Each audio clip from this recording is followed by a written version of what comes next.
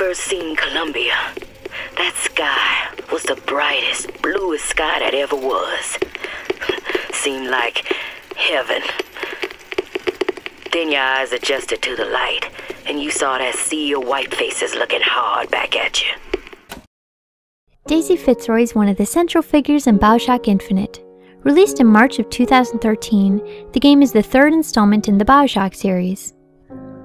Unlike the previous titles, which both take place in the underwater city of Rapture, BioShock Infinite takes place in Columbia, a floating city suspended in the sky. Set in 1912, the city is bright, patriotic, and religiously nationalistic in their celebration and worship of the founding fathers of the United States. But despite the barbershop quartets and firework displays, Columbia was brewing a bitter and volatile faction that would ultimately lead to the downfall of the city. After her arrival in Columbia, Daisy Fitzroy was employed under the household of Zachary Comstock, the founder and leader of the city. Daisy attended to his wife, Lady Comstock, whom she admired for being so genuine and modest despite her esteemed position. But after being framed for Lady Comstock's murder, Daisy fled and was driven to become an outlaw, fueling her anger and resentment against Comstock and his followers. With the oppressive and authoritarian control over the city's underclasses, social dissension was growing steadily. Poverty, unemployment, unethical labor demands, and discrimination were just a few of the many issues voiced by protesters who called themselves the Vox Populi, which is Latin for Voice of the People. The Vox served as a common enemy and scapegoat for Columbia's elite ruling faction, the Founders. Composed of members from Columbia's minorities and poverty-stricken working class, the Vox Populi were demonized, persecuted, and downtrodden, creating just the right environment for Daisy to step in and take leadership. Using her influence and her voice, she managed to strengthen the group's numbers and funneled their anger towards an anarchist revolution. I don't want to be a part of their world. I don't want to be a part of their culture, their politics, their people. The sun is setting on their world, and soon enough, all they gonna see is the dark.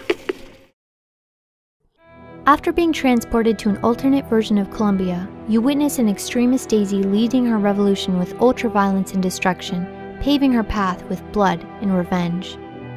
She's without mercy in her conquest and calls for the extermination of the Founders, even encouraging the Vox to murder their children. In her eyes, the actions of the Vox were justified by their cause, and anyone who did not conform to their ideas became a threat and an enemy. Her display of ruthlessness reaches its peak as she prepares to kill the child of a Founder, to stamp out the root of her enemy. But just as she had walked in violence, so does she die by violence, and her frenzied bloodbath comes to an end.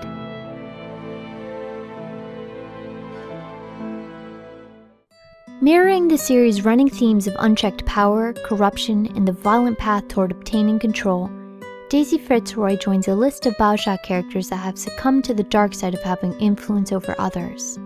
There's also a notable similarity between Daisy and Frank Fontaine, the antagonist from the first game. With both beginning from a humble position and rising to power through social discord, their eventual corruption and destructive paths leads to their violent deaths, each dying in a similar manner at the hands of Elizabeth and the Little Sisters, who represent the same lost, stolen, and manipulated childhood.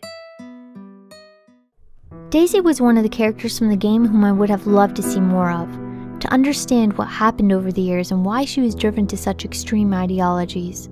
Her backstory is further explored in the short story, Mind in Revolt, which can currently be purchased online as an ebook.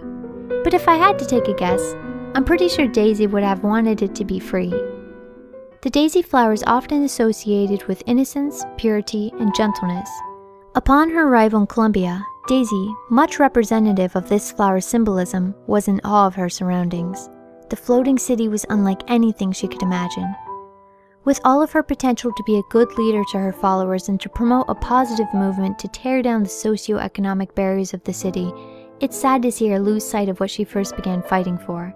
Like other characters from the series, her idealism to make things better by taking control into her own hands turns into jaded resentment.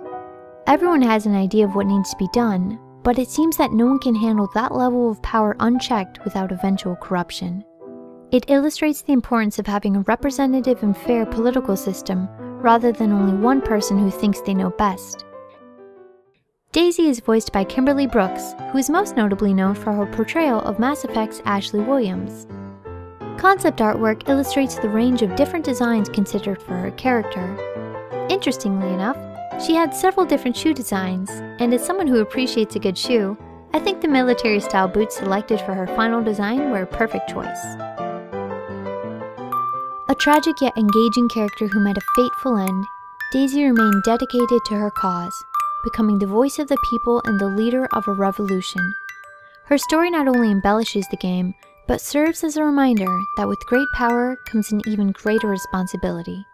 And that's why Daisy Fitzroy is this week's What a Character.